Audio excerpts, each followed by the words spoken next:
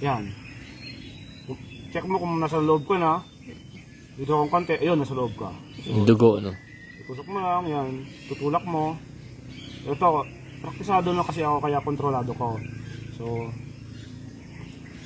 sa baguhan na gaya mo. Nilalabanan mo rin pabalabas yung... Oo, para hindi siya magtuloy-tuloy doon. So, yung pag ganyan. pinupush mo siya, kailangan binabatak mo rin yung ano, para hindi kontrolin papasok mo lang, ang para ano. hindi pasok ng pasok. Tapos, yan, hugutin mo na. Unang gagawin mo, takpan mo muna ito. Para sa safety ng lahat. Kabayo, sareo, saka yung mga tao sa paligid mo. Tapos yan. Masin na. Okay? Alcohol mo lang ulit. Yan, okay na yon. Antibiotic na yan. Antibiotic yon na IV.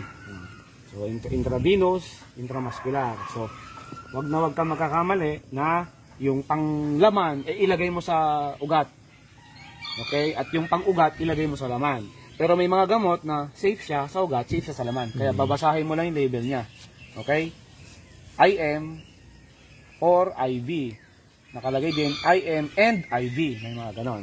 So, mapapraktis ba naman yan? Diba? So, yan. Okay na yan.